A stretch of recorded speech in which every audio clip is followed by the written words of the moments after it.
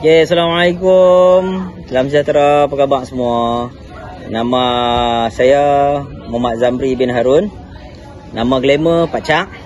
Pak Cak dah bekerja kat sini sejak tahun 2003, iaitu 10 bulan selepas maktab ni, MRSM Transcare ni dibuka dan beroperasi lah.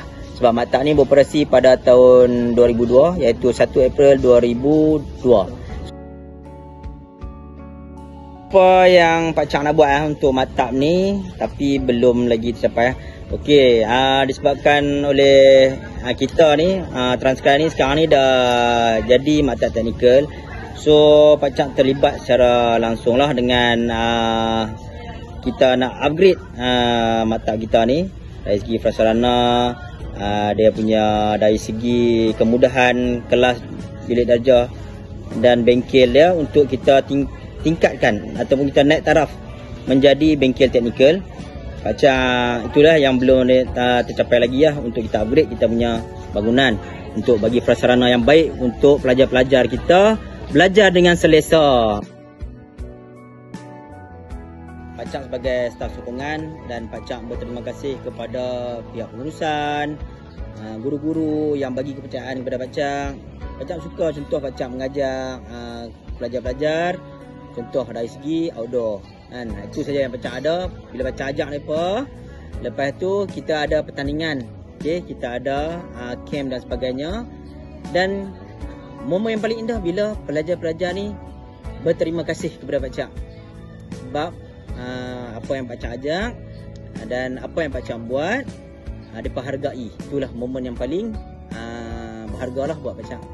Suka sangat bila pelajar-pelajar hargai. Contoh macam apa Pak Cak buat di asrama kan, jaga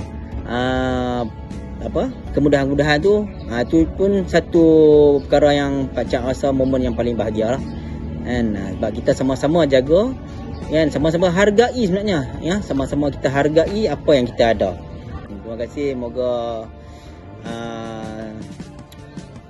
MRSM Transcare terus melangkah dan mengorak langkah ke arah yang lebih cemerlang, gemilang dan terbilang lah satu hari nanti. Itu harapan Pak Cak lah. Okey. Assalamualaikum, saya Muhammad Tafif, ketua batch daripada batch Orayan. Saya Muhammad Iqmal Fahmi bin Irwan daripada Tingkatan 2. Saya Muhammad Aizat Iskandar bin Aziz, wakil bagi batch Kaizen. Pak Cak ni seorang yang dia serius tapi dalam at the same time macam friendly. Pak Cak ni seorang yang sangat berhati dan rajin. Beliau ni bagi saya sangat rapat dengan pelajar, guru-guru dan juga staf. Terima kasih jasa dan pengorbanan Pak Cak selama Pak Cak berada di MRSM Transcare. Semoga Pak Cak maju jaya di tempat baru dan terus cemerlang. Maju jaya bagi Pak Cak. Semoga Pak Cak gembira tempat lain dan jangan lupa lah kami kat sini. Selamat jaya Pak Cak. Buat Pak Cak, semoga berjaya di luar sana dan sentiasa sihat selalu. Saya sebagai wakil pada batch ni atau batch Tingkatan 2 ingin mengucapkan selamat maju jaya kepada Pak Cak dan boleh menyesuaikan diri di tempat baru. Seterusnya jangan melupakan kami di sini. Bye. Sedih ni.